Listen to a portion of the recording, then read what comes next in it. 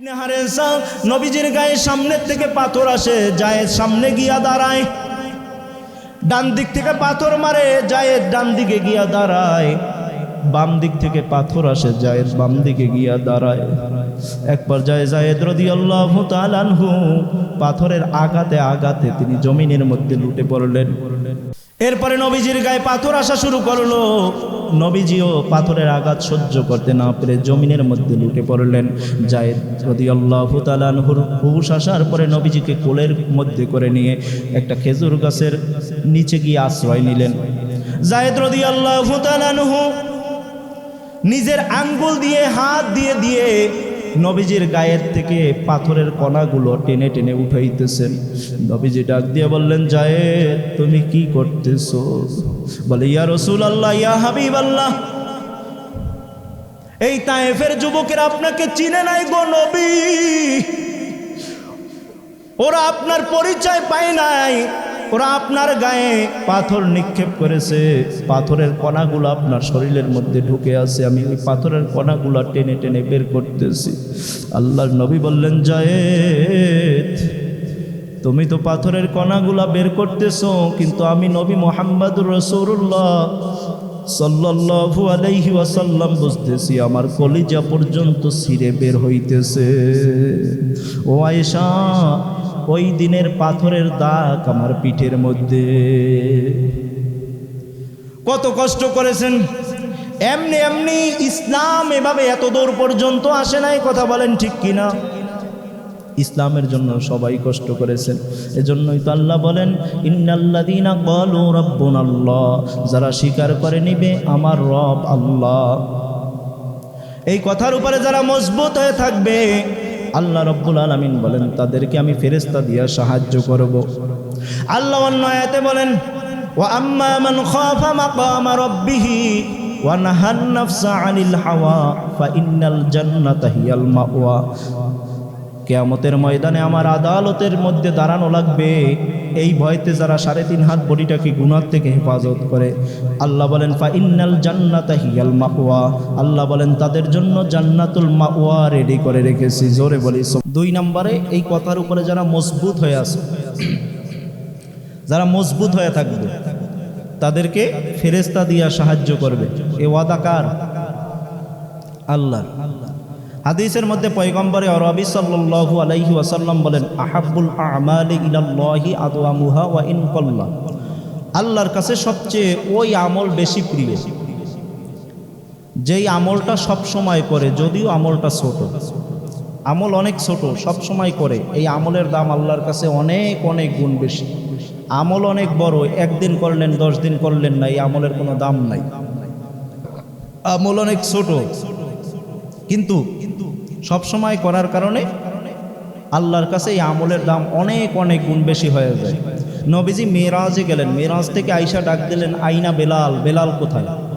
বেলাল রাদিয়াল্লাহু তাআলা আনহু বললেন, লাব্বাইক ওয়া সা'দাইক ইয়া রাসূলুল্লাহ, আমি হাজির আছি, আপনি কি বলবেন বলেন। আল্লাহর নবী বললেন, বেলাল তুমি এমন কি আমল করো যে আমলের কারণে তুমি হাঁটতেছো জমিনে, তোমার হাঁটার আওয়াজ জান্নাতে আমি শুনতে পেয়েছি। জোরে বলি সুবহানাল্লাহ।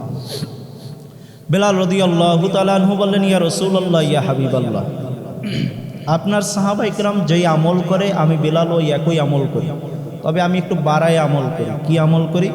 আমি যখন উজু করি সাথে সাথে 2 রাকাত তাহিয়াতুল উজু নামাজ পড়ি, এইটা সব সময় করি, বাদ দেই না। আল্লাহ নবী বললেন, বেলাল আমলটা অনেক ছোট, সব সময় করার কারণে আল্লাহ তোমার মর্তবা এত পরিমাণ বাড়ায়া দিছে, তুমি হাঁটতেছো জমিনে, তোমার হাঁটার আওয়াজ আল্লাহ জান্নাত পর্যন্ত পৌঁছাইয়া দিয়েছে। জোরে বলেন।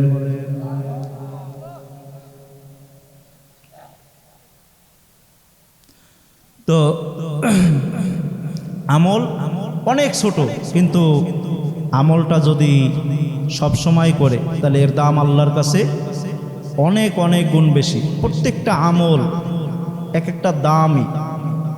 কেমন দামি? আপনারা এখানে আসার পরে আলহামদুলিল্লাহ বলছেন না? আলহামদুলিল্লাহ কোনো রাজনৈতিক স্লোগান? হ্যাঁ, কোনো রাজনৈতিক স্লোগান? আলহামদুলিল্লাহ একটা আরবি শব্দ, লিখতে লাগে 8 হরফ। কয় হরফ? 8 হরফ। আল্লাহ জান্নাত বানাইছেন কয়টা? জানা থাকলে একটু বলেন জোরে, জান্নাত বানাইছেন কয়টা? আলহামদুলিল্লাহ একটা আরবি শব্দ, লিখতে লাগে 8 হরফ। আল্লাহ জান্নাতও বানাইছেন 8টা।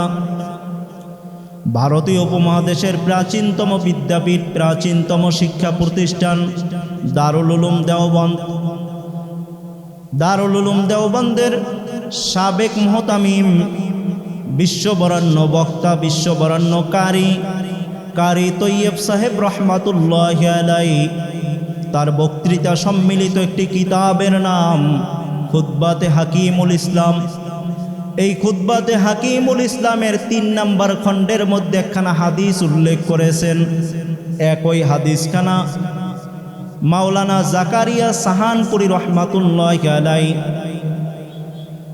তিনি ফাজাইলে বিসমিল্লাহ নামক কিতাবের মধ্যে উল্লেখ করেছেন। একই হাদিসখানা মাওলানা কারামত আলী জৈনপুরি রহমাতুল্লাহি আলাইহি তার সুযোগ্য সাহেবজাদা মাওলানা হাফেজ আব্দুল আউয়াল সাহেব রহমাতুল্লাহি আলাইহি তিনি ফাজাইলে তালিম নামক কিতাবের মধ্যে উল্লেখ করেছেন, কোন বান্দা বান্দি দ্বীনি মজলিসে বসে, দ্বীনি পরিবেশে বসে যখন জবান থেকে আলহামদুলিল্লাহ শব্দ উচ্চারণ করে, ওই বান্দা এবং বান্দির আমল নামায় আল্লাহ পাক রব্বুল আলামিন রাজি এবং খুশি হয়ে ওই বান্দা এবং বান্দির আমল নামায় আল্লাহ যেহেতু আলহামদুলিল্লাহ শব্দ রাখছেন 8টা, অক্ষর 8টা, আল্লাহ জান্নাতও বানাইছেন 8টা। যেই বান্দা বান্দি আলহামদুলিল্লাহ শব্দ উচ্চারণ করবে, আল্লাহ পাক রব্বুল আলামিন ওই বান্দা এবং বান্দির জন্য আল্লাহর সাজানো 8টা জান্নাতের দরওয়াজা খুলে দেয়। আরো জোরে।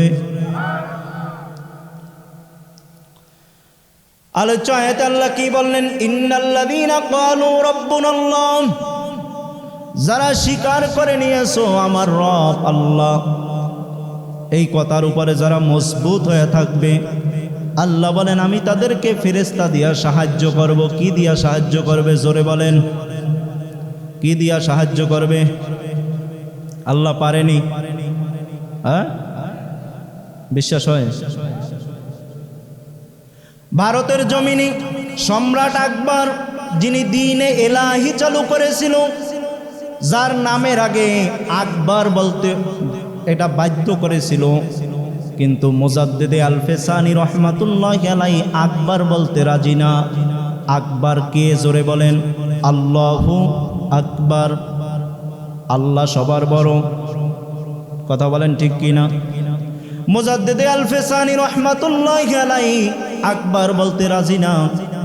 এক পর্যায়ে সম্রাট আকবর দ্বীনে এলাহি চালু করেছিল। সম্রাট আকবর একটা গেট নির্মাণ করেছেন, মুজাদ্দিদে আল-ফেসানিকে দাওয়াত করেছেন, ইনভাইট করেছেন। তার উদ্দেশ্য ছিল খারাপ,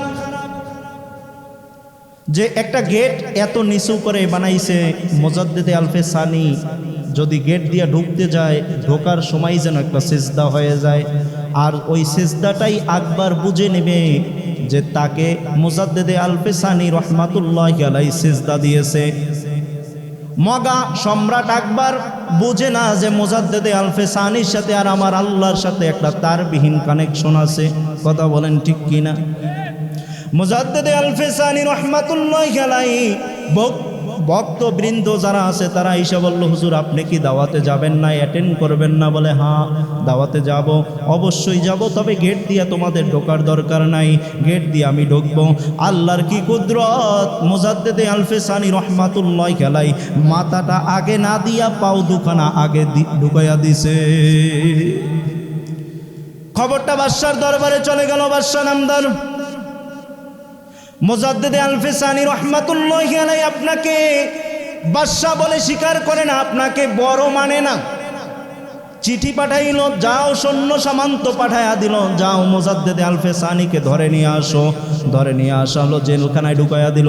দেখেন আল্লাহ যে বলেছেন ইন্নাল্লাযীনা ক্বালু রাব্বুনাল্লাহ, যারা রব বলে আল্লাহকে স্বীকার করবে, এই কথার উপরে যারা মজবুত হয়ে থাকবে, আল্লাহ ওয়াদা করেছেন তাদেরকে ফেরেশতা দিয়া সাহায্য করবে। কেমনভাবে সাহায্য করে দেখেন।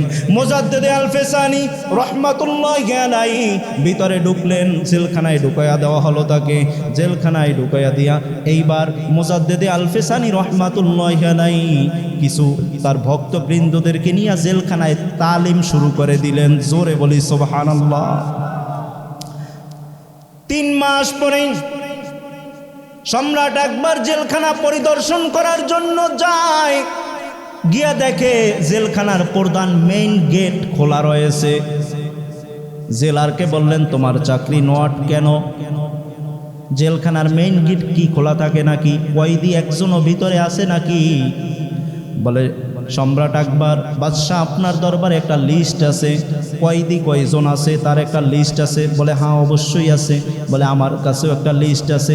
আপনি ভিতরে ঢুকে গুনে গুনে দেখবেন, যদি একজন কয়েদিও কম পান তাহলে আমার চাকরি নোট করে দিবেন, নচেত আমার চাকরি আপনি নোট করতে পারবেন না। আল্লাহু আকবার। সম্রাট আকবর ভিতরে ঢুকলেন সৈন্য সামন্ত নিয়ে। দেখে এক কর্নারে কিছু যুবক আল্লাহ আল্লাহ জিকির করতেছে, আর এক কর্নারে কিছু যুবক নামাজের তালিম দিতেছে। মাঝখানে বসে মুজাদ্দেদে আলফেসানি রহমাতুল্লাহি আলাইহি যুবকদেরকে কোরআনের ট্রেনিং দিতেছে। জোরে বলি সুবহানাল্লাহ। ঢুকলেন, এর মধ্যে একজন কয়েদি বাহির থেকে এসে ভিতরে ঢোকা শুরু করলো। সম্রাট আকবর ধরে ফেললেন, কই গেছিলাম? বলে, আমি বাড়িতে গেছিলাম, স্ত্রী বিবি বাচ্চা আছে তাদেরকে খাবার কিনে দেওয়ার জন্য গেছিলাম, কারণ আমার বাড়িতে বাজার করবার মতো কোনো লোক নাই। ফিরে আসলে কেন? বাদশাহ আকবর, শোনো, আমাকে এই জায়গা থেকে জেলখানার থেকে আমাকে ছুটি দেওয়া হয় নাই, আমাকে অতএব আমার পালাইয়া যাওয়া এটা আমার জন্য বৈধ হবে না। জোরে বলি সুবহানাল্লাহ। সম্রাট আকবর যা বুঝার বুঝে গেলেন, ভিতরে ঢুকে সোজা মুজাদ্দেদে আলফেসানির পায়ের উপরে পড়ে গেলেন। হুজুর, বুঝতে পারি নাই, ভুল হয়ে গেছে, আমাকে মাফ করে দেন, কালেমা পড়াইয়া আমাকে মুসলমান বানাইয়া দেন। কে হেফাজত করেছে? জোরে বলেন। কে হেফাজত করেছে? জোরে বলেন। এখনো আল্লাহ হেফাজত করতে পারেনি? বিশ্বাস হয়? আল্লাহ এখনো হেফাজত করতে পারেনি? অবশ্যই পারে, আল্লাহ এখনো হেফাজত করতে পারে। সাহাবা ইকরামদেরকে কঠিন কঠিন বিপদ থেকে কে হেফাজত করেছেন? জোরে বলেন। কে হেফাজত করেছেন? জোরে বলেন। এমন একটা নিয়ামত আল্লাহ রাব্বুল আলামিন আমাদেরকে দিলেন গো, যেই নিয়ামতের শুকরিয়া কিয়ামত পর্যন্ত যদি আদায় করি তারপরও শেষ হবে না। সেই নিয়ামতটা কি জানেননি? আল্লাহ বিনা দরখাস্তে, বিনা অ্যাপ্লিকেশনে আল্লাহ আমাদেরকে মুসলমানের ঘরে পাঠায়া দিলেন। জোরে বলি সুবহানাল্লাহ। কোনোদিন আপনি আমি দরখাস্ত করি নাই, আল্লাহ হিন্দুর ঘরে পাঠায়ও না, বৌদ্ধর ঘরে পাঠায়ও না, নাস্তিকের ঘরে পাঠায়ও না, আস্তিকের ঘরে পাঠায়ও না, আল্লাহ তুমি বিধর্মীর ঘরে পাঠায়ও না, তুমি মুসলমানের ঘরে পাঠাও, এই দরখাস্ত করছেননি? কেউ করি নাই। আল্লাহ বিনা দরখাস্তে মায়ার খাতিলে আমাদেরকে মুসলমানের ঘরে পাঠায়া দিলেন। এই একটা নিয়ামতের শুকরিয়া যদি এখন সিজদায় পড়ে যাই গো, আর কিয়ামত পর্যন্ত যদি এক সিজদায় কাটায়া দেয়, এরপর ওই একটা নিয়ামতের শুকরিয়া আদায় করে শেষ করতে পারবো না। শুধু তাই নয়, আল্লাহ আমাদেরকে শেষ নবীর উম্মত হিসেবে বানায়া পাঠাইলেন, যেই নবীর উম্মত হওয়ার জন্য পূর্বের নবীরা পর্যন্ত দরখাস্ত করেছে, অ্যাপ্লিকেশন জমা দিয়েছে। আল্লাহ তুমি নবী না বানাইয়া যদি আখিরি জামানার পয়গম্বর নবী মুহাম্মদুর রাসূলুল্লাহ সাল্লাল্লাহু আলাইহি ওয়াসাল্লামের উম্মত বানাইতা, আমার জীবনটা বড় ধন্য হয়ে যাইত। কোন নবীর অ্যাপ্লিকেশন আল্লাহ অ্যাকসেপ্ট করে নাই, একমাত্র ঈসা পয়গম্বরের দরখাস্তটা আল্লাহ অ্যাকসেপ্ট করেছেন। ঈসা পয়গম্বর শেষ জমানায় আবার আসবেন, আমাদের নবীর উম্মত হয়ে আবার দুনিয়াতে আসবেন। আল্লাহ এমন একখানা কিতাব দান করেছেন, কোরআনুল কারীম, যেই কিতাবের শুরুতে আল্লাহ চ্যালেঞ্জ দিয়েছেন। আল্লাহ শুরুতে বলেন, যালিকাল কিতাব, এটা এমন এক কিতাব, লা রাইবা ফি, কোনো সন্দেহ নাই, হুদাল্লিল মুত্তাকিন, এটা মুত্তাকিনদের জন্য হেদায়েত স্বরূপ। জোরে বলি সুবহানাল্লাহ। পৃথিবীতে গীতা আছে বাবাজি, মহাভারত আছে, রামায়ণ আছে, ত্রিপিটক আছে, বেদ আছে, জেন্দাবেস্তা আছে, দিগানিকা আছে, মনুস্মৃতি আছে, তৌরত আছে, জব্বুর আছে, ইনজিল আছে না নাই? জোরে বলেন। একটা ধর্মগ্রন্থের মধ্যেও কোনো চ্যালেঞ্জ নাই যে এই কিতাব আমি নাজিল করেছি, এর মধ্যে কোনো সন্দেহ নাই, এই কিতাবের মধ্যে কোনো ভুল নাই। কোনো লেখক, কোনো রাইটার লিখতে পারছে? এখনো বাংলার জমিনে বহু লেখক, বহু রাইটার আছে, কোনো লেখক বই লিখতে পারে নাই এই বই আমি লিখেছি, এর বইয়ের মধ্যে কোনো সন্দেহ নাই, কোনো ভুল নাই, এমন কোনো লেখা লিখতে পারছেনি। বরংস লেখার শেষ দিয়ে লেখা দেয়, আমার বইয়ের মধ্যে যদি কোনো ভুল পরিলক্ষিত হয় আমাকে মোবাইল করে, টেলিফোন করে জানিয়ে দেবেন, পরবর্তী ছাপায় সংশোধন করে পাঠিয়ে দেওয়া হবে। কথা বলেন ঠিক কিনা? আর আল্লাহ রাব্বুল আলামিন এমন একখানা কিতাব আমাদেরকে দান করেছেন, যেই কিতাবের মধ্যে আল্লাহ রাব্বুল আলামিন শুরুতে বলেন যালিকাল কিতাব, এটা এমন এক কিতাব লা রাইবা ফি, এই কিতাবের মধ্যে কোনো সন্দেহ নাই। হে মুসলমান, পারলে আজ পর্যন্ত কত বিধর্মী, কত বেঈমান, কত নাস্তিক, কত আস্তিক এরা পর্যন্ত কোরআন নিয়ে গবেষণা শুরু করেছে, কিন্তু আজ পর্যন্ত একটা ভুল বাইর করতে পারে নাই। কথা বলেন ঠিক কিনা? কোনো একটা ভুল বের করতে পারে নাই। আপনারা শিক্ষিত সমাজ, আপনারা আমার থেকে ভালো জানেন, ওই ভারতের জমিনে সবচেয়ে শিক্ষিত মানুষ ছিল, সবচেয়ে শিক্ষিত মানুষ ডক্টর শিব শব্দী মহারাজ, যিনি 18টা ভাষার উপরে ডক্টরেট করা, ডিগ্রি নেওয়া ডক্টর শিব শব্দী মহারাজ, যিনি 18টা ভাষার উপরে ডক্টরেট করা, অক্সফোর্ড ইউনিভার্সিটি থেকে যিনি ডক্টরেট নেওয়া ডক্টর শিব শব্দী মহারাজ, যাকে ভারত সরকার কোনো দায়িত্ব দিতে পারে নাই। কি চাকরি দেবে? কোনো চাকরি দিতে পারে নাই। এত বড় মানুষকে কি চাকরি দেবে? চাকরি দিলে তার মান সম্মান যাবে। এজন্য ভারত সরকার ওই উত্তর ভারতে অবস্থিত হিন্দুদের সবচেয়ে একটা প্রাণের জায়গা দোবাসের মন্দির, যেই মন্দির 350 বিঘা জমির উপরে নির্মাণ করা হয়েছে। ভিতরে লাইব্রেরি আছে, চিকিৎসা মহাবিদ্যালয় আছে, ভিতরে খেলার মাঠ আছে, ডাক্তারখানা আছে, পড়ার জন্য লাইব্রেরি আছে, সব আছে। এই 350 বিঘা জমির উপরে যে নির্মিত এই দোবাসের মন্দিরের ব্রাহ্মণ বানায়া দিলেন ডক্টর শিব শব্দী মহারাজকে। ডক্টর শিব শব্দী মহারাজ একদিন গভীর রাতে তিনি লাইব্রেরি সব কিছু বন্ধ করে লাইব্রেরির মধ্যে ঢুকে গেলেন, কিতাব পড়বেন, বই পড়বেন। বই খুঁজতে খুঁজতে ওই লাইব্রেরির মধ্যে একজেল কোরআনুল কারিম আসিল, ইংরেজিতে ট্রান্সলেট করা। কিসে ট্রান্সলেট? ইংরেজিতে ট্রান্সলেট করা একজেল কোরআনুল কারিম স্থান পেয়েছে। উনি বই খুঁজতে খুঁজতে ওই কোরআনুল কারিমখানা হাতের মধ্যে নিলেন, নিয়ে পড়া শুরু করলেন। শুরুতেই দেখলেন একখানা আয়াত, মাবুদের একখানা আয়াত, যালিকাল কিতাব, এটা এমন এক কিতাব লা রাইবা ফি, কোনো সন্দেহ নাই। এতটুকু পড়লেন, বাস ওনার মাথা ঘুরে গেল। উনি গবেষণা শুরু করলেন, সারা রাত বসে গবেষণা করতেছে, গবেষণা করতে করতে ফজরের সময় মুয়াজ্জিন মাইকের মধ্যে আজান দিয়ে দিল। উনি কিতাবখানা বন্ধ করে, কোরআনুল কারীমখানা বন্ধ করে লাইব্রেরি তালা দিলেন, সোজা মসজিদের দিকে চলে গেলেন। গিয়া বললেন, মুয়াজ্জিন, একটু আগে যে শব্দগুলো আমার কানের মধ্যে ভেসে আসছে এগুলো কিসের শব্দ?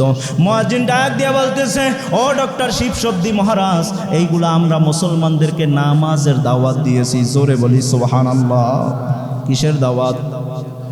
ও মুয়াজ্জিন, মুসলমানদের নামাজের দাওয়াত যদি এত সুন্দর হয়, তাহলে এই মুসলমানদের গোটা 30 পারা কোরআন মানলে মুসলমান হয়ে গেলে না জানি আমার জীবন কত সুন্দর হয়ে যাবে। মুয়াজ্জিন আমাকে কালেমা পড়াইয়া মুসলমান বানাইয়া দাও। পরের দিন বোম্বের জাতীয় মসজিদে 1 লক্ষ মুসল্লির সামনে ডক্টর শিব শব্দী মহারাজকে কালেমা পড়াইয়া মুসলমান বানাইয়া দিলেন। দোবাসের মন্দিরে আর গেলেন না, সোজা বাড়িতে গেলেন। বাড়িতে গিয়ে স্ত্রী শ্রদ্ধা দেবী, মা ভগবতী দেবী, কন্যা ওয়াসপুরা দেবী সবাই অবাক হয়ে তাকিয়ে রইল। বাবা, তোমাকে ভারত সরকার এত বড় একটা দায়িত্ব দিয়েছে, তুমি দোবাসের মন্দিরে সকালবেলা ঘন্টা পিটাইবা, তুমি সকালবেলা শ্লোক পড়বা, তোমাকে বেতন দিবে। তুমি সকালবেলা 16 ঘন্টা না পিটাইয়া কেন বাড়িতে আসলা? ডাক দিয়া বলে, মা, আমি আর দোবাসের মন্দিরে যাব না। ওই দোবাসের মন্দিরে তালা লাগাইয়া এরপরে আমি আসছি, আমি আর কোনোদিন দোবাসের মন্দিরে যাব না। কেন? বলে আমি গত রাত্রে মাহবুদের কালামখানা নিয়ে বসেছিলাম গবেষণা করতে করতে আমার সকল পাণ্ডিত্য যেন বিলীন হয়ে গেল, কোরআনের সামনে হার মেনে গেল। আমি আজকের 1 লক্ষ মুসল্লির সামনে আমি অকপটে স্বীকার করে কালেমা পড়ে মুসলমান হয়ে আসছি। জোরে বলি সুবহানাল্লাহ। স্ত্রী শ্রদ্ধা দেবী ডাক দিয়া বলে, স্বামী আমার, আপনি 18টা ভাষার উপরে ডক্টরেট করা, আমার কোনো ডিগ্রি নাই, আমি একজন মূর্খ মানুষ। আজ থেকে 6 মাস আগে আপনার ভয়তে বলি নাই, আজ থেকে 6 মাস আগে মাহবুদের কালামখানা গবেষণা করে রিসার্চ করে পড়ে আমিও আজ থেকে 6 মাস আগে মুসলমান হয়ে আসছি। কন্যা ওয়াসপুরা দেবী ডাক দিয়ে বলতেছে, বাবা আমিও কম নয়, 8টা বিষয়ের উপরে ডক্টরেট করা, ডিগ্রি নেওয়া। আমিও আজ থেকে 3 মাস আগে মাহবুদের কালামখানা গবেষণা করে পড়ে আজ থেকে 3 মাস আগে আমি তোমার কন্যা ওয়াসপুরা দেবী আমিও মুসলমান হয়ে গেছি। মা ভগবতী দেবী ডাক দিয়া বলতেছে, বাবা তোরা সবাই যখন মুসলমান হয়ে গেছো, আমি একার বিধর্মীর দলে থেকে লাভ কি? আমি একার বেদইনের দলে থেকে লাভ কি? আমি একার বেঈমানের দলে থেকে লাভ কি? আমাকেও কালেমা পড়াইয়া মুসলমান বানাইয়া দাও। যালিকাল কিতাব, এটা এমন এক কিতাব লা রাইবা ফি, এই কালামের মধ্যে কোনো সন্দেহ নাই, কোনো ভুল নাই। কথা বলেন ঠিক কিনা?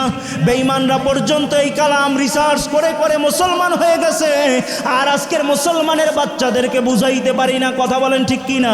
2-4 দিন স্কুলের বারান্দায় গিয়ে কোরআনের বিরুদ্ধে কথা কয়, ইসলামের বিরুদ্ধে কথা কয়, কথা কন ঠিক কিনা? আজকের মুসলমানের বিরুদ্ধে, মুসলমানের ছেলে হয়ে মুসলমানের বিরুদ্ধে কথা বলে, আছে না নাই? আজকের মুসলমানের বাচ্চাদেরকে বুঝাইতে পারি না, বরঞ্চ আমরা যদি বুঝাইতে পারতাম, আমার বিশ্বাস বিধর্মীরা পর্যন্ত অ্যাপ্লিকেশন দিয়ে মুসলমান হয়ে যাইত। যালিকাল কিতাব, এটা এমন এক কিতাব লা রাইবা ফি, কোনো সন্দেহ নাই। হুদাল্লিল মুত্তাকিন, এটা মুত্তাকিনদের জন্য হেদায়েত স্বরূপ। জোরে বলি সুবহানাল্লাহ। আল্লাহ বলেন, ইন্নাল্লাযীনা ক্বালু রাব্বুনাল্লাহ, যারা স্বীকার করে নিয়েছো আমার রব আল্লাহ কে, জোরে বলেন। সুম্মাস্তাকামু, এই কথার উপরে যারা মজবুত হয়ে আছো, আল্লাহ বলেন তাতানাজ্জালু আলাইহিমুল মালাইকা, আমি আল্লাহ তাদেরকে ফেরেশতা দিয়া সাহায্য করব। জোরে বলি সুবহানাল্লাহ। কেমন ভাবে সাহায্য করে দেখেন। হাজ্জাজ বিন ইউসুফের নাম আপনারা শুনেছেন। খুতবাতে নকশবন্দি আল্লামা জুলফিকার নকশবন্দি রহমাতুল্লাহি আলাইহি লেখেন, হাজ্জাজ বিন ইউসুফ এত বড় জালেম ছিলেন, উনি শত মানুষদেরকে কল্লা কেটে হত্যা করেছেন, মুসলমানদেরকে কল্লা কেটে হত্যা করেছেন। সাহাবায়ে কেরামদের কাছে যাই জিজ্ঞাসা করতো, আমি হাজ্জাজ কেমন? সাহাবায়ে কেরাম কি মিথ্যে কথা কবে? সাহাবায়ে কেরাম বলতো, তুই আস্ত একটা জালেম। বলার সাথে সাথে কল্লাটা 2 ভাগ করে দিই। এইবার হাজ্জাজ বিন ইউসুফ হাতিমে কাবার মধ্যে ঢুকে আল্লাহর কাছে মোনাজাত করা শুরু করলেন, আল্লাহ ও দয়ার মালিক, আমি হাজ্জাজ বড় জালেম, এইটা আমি না, গোটা দুনিয়ার মানুষ সবাই জানে। আল্লাহ তুমি রহমান, তুমি রহিম, তোমার এই 2টা নাম আমি রাখি নাই, তুমি রাখছো। অতএব আমি হাজ্জাজকে এই নামের ওসিলায় মাফ করে দাও। আল্লাহকে পাম্পট্টি দেওয়া শুরু করছে, আল্লাহ এই নামের ওসিলায় আমাকে মাফ করে দাও। এমনি রহমান আর রহিম হয় না, আমার মতো হাজ্জাজকে, আমার মতো গুনাহগারকে যদি মাফ করো, তাহলেই তুমি রহমান রহিম হতে পারবা। এই মোনাজাত শুরু করছে। এর মধ্যে এক অন্ধ গিয়ে মোনাজাত করতেছে, আল্লাহ আমার বাড়ির মানুষ চাই আমাকে বিবাহ করাইব, তা আমাকে চক্ষু 2টা একটু ভালো করে দাও, আমি একটা সুন্দরী মেয়ে দেখে বিবাহ করব, যাতে একটা কালা কোলাবার না ধরাইয়ে দেয়। অন্ধ চাই সুন্দর মাইয়া, তো আমাকে যেন কালো মাইয়া না ধরাইয়া দেয়, আমাকে একটু চক্ষু 2টা দাও, প্রয়োজনে বিবাহ করার পর আবার চক্ষু 2টা অন্ধ করে দিও। এই মোনাজাত শুই না হাজ্জাজ বিন ইউসুফের হাসি চলে আসছে। হাজ্জাজ বিন ইউসুফ ডাক দিয়ে কয়, কে? কয়, আমি অন্ধ। তুমি কে? ডাক আমি হাজ্জাজ বিন ইউসুফ। এখন হাজ্জাজ বিন ইউসুফের নাম যেই শুনছে, অন্ধ কয়, ভাই আমি বুঝতে পারিনি, আমাকে মাফ করে দাও। এই ইতিহাস ভূগোলের কোনো পৃষ্ঠায় লেখা আছে যে আমি হাজ্জাজ কাউরে মাফ করছি? তাহলে তোরে মাফ করবো। কয়, মাফ করো নাই, কিন্তু করবা না তাও তো না, আজকের আমারে দিয়ে শুরু করো। পাম দিতেছে যে আজকের আমারে দিয়ে মাফ করা শুরু করো। তাহলে মাফ করতে পারি একটা শর্তে। কি শর্ত? বলে একটা শর্ত, আমি এই কাবার চতুর্পাশে 7টা চক্কর দিব, মাকামে ইব্রাহিমের কাছে দাঁড়াইয়া 2 রাকাত নামাজ পড়ব। এর মধ্যে যদি তোর চক্ষু ভালো হয় তাহলে তুই মাপ পেয়ে যাবি, আর যদি চক্ষু ভালো না হয়, এই আমার তরবারি রাখলাম, এই তরবারি দিয়া তোর কল্লাটাকে 2 ভাগ করা হবে। এখন অন্ধ দোয়া চেঞ্জ করে দিছে, আল্লাহ আমার বিয়ে শাদী কিছু লাগবে না, আমার চোখ ভালো করে দাও এই হাজ্জাজ বিন ইউসুফের তরবারি দিয়ে বাঁচার জন্য। এই চোখ যদি ভালো না করো, হাজ্জাজ বিন ইউসুফ আমার কল্লা ফলাই দিবে। প্রয়োজনে হ্যান থেকে হাজ্জাজ বিন ইউসুফের তরবারির থেকে বাইসা যাওয়ার পরে আবার অন্ধ বানাই দিবে, সমস্যা নেই। এর মধ্যে হাজ্জাজ বিন ইউসুফ কাবার চতুর্পাশে চক্কর দিতে দিতে 4টা চক্কর শেষ। আয়েশা বলতেছে, অন্ধ তোর কি চোখ ভালো হয়েছে নি? বলে না, এখনো তো ভালো হয় নাই। একে তো বিপদ, আবার যদি কয় চোখ ভালো হয়েছে, দোয়া করতে পারে? হাজ্জাজ বিন ইউসুফ 7টা চক্কর দিয়া মাকামে ইব্রাহিমের কাছে দাঁড়াইয়া 2 রাকাত নামাজ পড়লেন। এর মধ্যে অন্ধ অঝরে কান্না করতেছে, আল্লাহ আমাকে চক্ষু ভালো করে দাও, হাজ্জাজের তরবারির থেকে বাঁচাইয়া দাও, আল্লাহ আমার চক্ষু ভালো করে দাও, হাজ্জাজের তরবারির থেকে আমাকে বাঁচাইয়া দাও। 2 রাকাত নামাজ শেষ করে হাজ্জাজ বিন ইউসুফ বলতেছে, অন্ধ তোর কি চোখ ভালো হইছে নি? অন্ধ বাইতুল্লাহকে দেখাইয়া বলতেছে, ওই বাইতুল্লাহর কসম, ওই বাইতুল্লাহর মালিকের কসম, এই জমিনের কসম, আসমানের কসম, আমি আমার মালিকের কাছে এমন ভাবে চাইছি, ও দয়ার মালিক, এই কাবার কাছে আইসা কত কাফেরকে তুমি সাহাবীতে পরিণত করে দিয়েছো, কত কাফেরকে তুমি সাহাবী বানিয়ে দিয়েছো। ও আল্লাহ, আমি তো আর কাফের না, তুমি আমার চক্ষু 2টা একটু ভালো করে দাও। এ হাজ্জাজ বিন ইউসুফ, আমি কান্না করেছি, আমার দেখ ওই বাইতুল্লাহর কসম, ওই বাইতুল্লাহর মালিকের কসম, আমার চক্ষু 2টা ওই বাইতুল্লাহর মালিক জনমের মতো ভালো করে দিয়েছে। হাজ্জাজ বিন ইউসুফ বলতেছে, অন্ধ আমি তোর এই বাইতুল্লাহর এই চতুর্পাশে তোকে হত্যা করতাম না, এত বড় জালেম আমি না। আমি দেখছি তুই যখন আল্লাহর কাছে চাইতেছিলি তখন তোর দিলের ইতমিনাল অতটা ভালো ছিল না, ভাঙ্গা ভাঙ্গা গলায় আল্লাহর কাছে চাইতেছিলি। শোন শোন অন্ধ, আল্লাহর কাছে যদি চাইতে হয় চোখের পানির বিনিময়ে চাইতে হয়।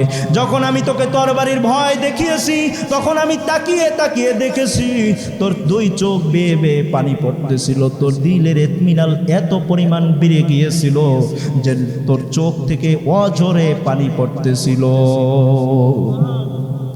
ইন্নাল্লাযীনা ক্বালু রাব্বুনাল্লাহ, যারা স্বীকার করে নিবে আমার রব আল্লাহ, কে জোরে বলেন?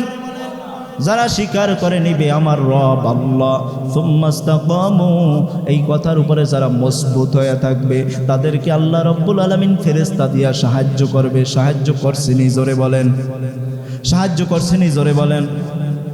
ইসলাম এমনি এমনি আসে নাই, ইমান মজবুত করো সাহাবায়ে কেরামদের মতো ইমান আনো, সাহাবায়ে কেরামদের মতো। সাহাবায়ে কেরাম যেভাবে ইমান আনছে ওইভাবে ইমান আনো। সাহাবায়ে কেরাম কেমন ভাবে ইমান আনছে? নবীজি ইসলামের জন্য কত কষ্ট করেছেন, কোনো কষ্ট করা লাগতো না। নবী যেই পর্যায়ে সব নবীদেরকে, নবীরা আল্লাহর সাথে দেখা করার জন্য পাগল ছিল, আর আমাদের নবীর ব্যাপারে আল্লাহ নিজে দেখা করার জন্য পাগল ছিল। কথা বলেন ঠিক কিনা? নবী যদি মসজিদের কোনায় বসে বসে তসবিহ টিপতেন আর বলতেন, আল্লাহ তুমি ইসলামটা কায়েম কইরা দাও, দিতে না? মায়ের খাওয়ার দরকার ছিল? উহুদের ময়দানে যাওয়ার দরকার ছিল? হ্যাঁ, খন্দকের ময়দানে পরিখা খনন করার দরকার ছিল? কোনো দরকার ছিল না। কিন্তু তারপরও কেন গেলেন নবীজি? জাতিকে শিক্ষা দিলেন। আজকের যারা মসজিদের কোনায় বসে বসে তসবিহ টিপে আর বলে আল্লাহ ইসলামটা কায়েম কইরা দাও, কোনো চেষ্টা লাগবে না? এমনি এমনি আল্লাহ কায়েম করে দেবে? চেষ্টা লাগবে না? চেষ্টা লাগবে না? আপনি যদি বসে বসে বলেন এখানে বসে থাকবো, খাবার আসলে আল্লাহ তো বলছি খাওয়াইবে, তাহলে আমি খাবো, তো আমার খাবারের জন্য চেষ্টা করা লাগবে না? হ্যাঁ, কি পরিমাণ নবীজি কষ্ট করেছেন। আম্মা জান আয়েশা সিদ্দিকা রাদিয়াল্লাহু তাআলা আনহা নবীজিকে একদিন হাম্মামখানায় নিয়ে গেলেন গোসল করানোর জন্য। আম্মা জান আয়েশা সিদ্দিকা রাদিয়াল্লাহু তাআলা আনহা বর্ণনা করেন, হাদিসে বুখারীর মধ্যে বর্ণনা করতেছেন, আম্মা জান আয়েশা সিদ্দিকা রাদিয়াল্লাহু তাআলা আনহা নবীজির জামা মোবারক উপরের দিকে উঠাইলেন, দেখে নবীজির পিঠের মধ্যে কালো কালো দাগ দেখা যায়। ডাক দিয়া বললেন, ইয়া রাসূলুল্লাহ, ইয়া হাবিবাল্লাহ, আপনার পিঠের মধ্যে কবে আবার বসন্তের দাগ হয়েছিল? নবীজি ডাক দিয়া বলেন, আয়েশা, এইটা কোনো বসন্তের দাগ না। নবীদের গায়ে বসন্তের দাগ তো দূরের কথা, মশা মাছি পড়া পর্যন্ত হারাম। তাহলে কিসের দাগ ইয়া রাসূলুল্লাহ? নবীজি বললেন, আয়েশা, এটা হলো কালেমা দাওয়াতের দাগ। আয়েশা সিদ্দিকা রাদিয়াল্লাহু তাআলা আনহা বয়স কম ছিল, বুঝতে পারে নাই। নবীজি বললেন, আয়েশা শোনো, আমি যখন তায়েফের ময়দানে গিয়েছিলাম দাওয়াত দেওয়ার জন্য, তায়েফের লোকেরা ছিল অতিথি পরায়ণ, সবচেয়ে বেশি আপ্যায়ন করত তায়েফের মানুষেরা, কিন্তু ওই দিন আমাকে তো কোনো আপ্যায়ন করেই নাই। আমার সফর সঙ্গী ছিল যায়েদ ইবনে হারেসা, আমার পালক পুত্র, কোনো আপ্যায়ন করে নাই, বরঞ্চ তায়েফের ছোট ছোট বালকদেরকে লীলায়া দিছে যে একটা পাগল আসছে, পাগলের গায়ে পাথর মারো। ও আয়েশা, যুবকেরা আমাকে, ছোট ছোট বাচ্চারা আমাকে চিনতে পারে নাই, আমার গায়ে পাথর বৃষ্টির মতো নিক্ষেপ করা শুরু করলো। যায়েদ ইবনে হারেসা, নবীজির গায়ে সামনের থেকে পাথর আসে, যায়েদ সামনে গিয়া দাঁড়ায়, ডান দিক থেকে পাথর মারে, যায়েদ ডান দিকে গিয়া দাঁড়ায়, বাম দিক থেকে পাথর আসে, যায়েদ বাম দিকে গিয়া দাঁড়ায়। এক পর্যায়ে যায়েদ রাদিয়াল্লাহু তাআলা আনহু পাথরের আঘাতে আঘাতে তিনি জমিনের মধ্যে লুটে পড়লেন। এরপরে নবীজির গায়ে পাথর আসা শুরু করলো, নবীজিও পাথরের আঘাত সহ্য করতে না পেরে জমিনের মধ্যে লুটে পড়লেন। যায়েদ রাদিয়াল্লাহু তাআলা আনহুর হুশ আসার পরে নবীজিকে কোলের মধ্যে করে নিয়ে একটা খেজুর গাছের নিচে গিয়ে আশ্রয় নিলেন। যায়েদ রাদিয়াল্লাহু তাআলা আনহু নিজের আঙ্গুল দিয়ে হাত দিয়ে দিয়ে নবীজির গায়ের থেকে পাথরের কণাগুলো টেনে টেনে উঠাইতেছেন। নবীজি ডাক দিয়ে বললেন, যায়েদ, তুমি কি করতেছো? বলে, ইয়া রাসূলুল্লাহ, ইয়া হাবিবাল্লাহ, এই তায়েফের যুবকেরা আপনাকে চিনে নাই গো নবী, ওরা আপনার পরিচয় পায় নাই, ওরা আপনার গায়ে পাথর নিক্ষেপ করেছে, পাথরের কণাগুলো আপনার শরীরের মধ্যে ঢুকে আছে, আমি ওই পাথরের কণাগুলো টেনে টেনে বের করতেছি। আল্লাহর নবী বললেন, যায়েদ, তুমি তো পাথরের কণাগুলা বের করতেছো, কিন্তু আমি নবী মুহাম্মদুর রাসূলুল্লাহ সাল্লাল্লাহু আলাইহি ওয়াসাল্লাম বুঝতেছি আমার কলিজা পর্যন্ত ছিঁড়ে বের হইতেছে। ও আয়েশা, ওই দিনের পাথরের দাগ আমার পিঠের মধ্যে। কত কষ্ট করেছেন। এমনি এমনি ইসলাম এভাবে এত দূর পর্যন্ত আসে নাই, কথা বলেন ঠিক কিনা? ইসলামের জন্য সবাই কষ্ট করেছেন। এজন্যই তো আল্লাহ বলেন, ইন্নাল্লাযীনা ক্বালু রাব্বুনাল্লাহ, যারা স্বীকার করে নিবে আমার রব আল্লাহ, এই কথার উপরে যারা মজবুত হয়ে থাকবে, আল্লাহ রাব্বুল আলামিন বলেন তাদেরকে আমি ফেরেশতা দিয়ে সাহায্য করব। আল্লাহ অন্য আয়াতে বলেন, ওয়া আম্মা মান খাফা মাকামা রাব্বিহি ওয়া নাহান নাফসা আনিল হাওয়া ফা ইন্নাল জান্নাতা হিয়াল মাওয়া। কিয়ামতের ময়দানে আমার আদালতের মধ্যে দাঁড়ানো লাগবে, এই ভয়তে যারা 3.5 হাত বডিটাকে গুনাহ থেকে হেফাজত করে, আল্লাহ বলেন ফা ইন্নাল জান্নাতা হিয়াল মাওয়া, আল্লাহ বলেন তাদের জন্য জান্নাতুল মাওয়া রেডি করে রেখেছি। জোরে বলি সুবহানাল্লাহ। কেমন ভাবে ভয় করবেন, কেমন ভাবে তওবা করবেন? খুতবাতে নকশবন্দির মধ্যে আল্লামা জুলফিকার নকশবন্দি রহমাতুল্লাহি আলাইহি এই ঘটনাকে এভাবে লিখেছেন। হাদিসে বুখারীর মধ্যে এই ঘটনা আছে। নবীজি সাহাবায়ে কেরামদের সামনে বয়ান করতেছেন। বনি ইসরাইলের যুগে একজন ব্যক্তি ছিল যার নাম ছিল কিফিল। হাদিসের মধ্যে বুখারীর মধ্যে তার নাম আসছে কিফিল। নবীজি সাহাবায়ে কেরামদের সামনে বয়ান করতেছেন। কিফিল অনেক ধনাঢ্য ব্যক্তি ছিল, কিন্তু 40 বছর পর্যন্ত শুধু জেনা করত। কিফিল অনেক ধনাঢ্য ব্যক্তি ছিল, কিন্তু 40 বছর পর্যন্ত শুধু জেনা করত। একজন মহিলা অল্প বয়সে 2টা বাচ্চা রেখে স্বামী মারা যায়। যেই মহিলাদের অল্প বয়সে স্বামী মারা যায় ওই বোঝে কষ্ট কি জিনিস, কথা বলেন ঠিক কি না? দুইটা বাচ্চা, দুধের বাচ্চা, ক্ষুধার যন্ত্রণায় শুধু কান্না করতেছে, কান্না করতেছে। মহিলা এইবার কিফিলের কাছে গেল, কিফিল আমাকে কিছু টাকা ধার দাও, আমি আবার পরিশোধ করে দিব।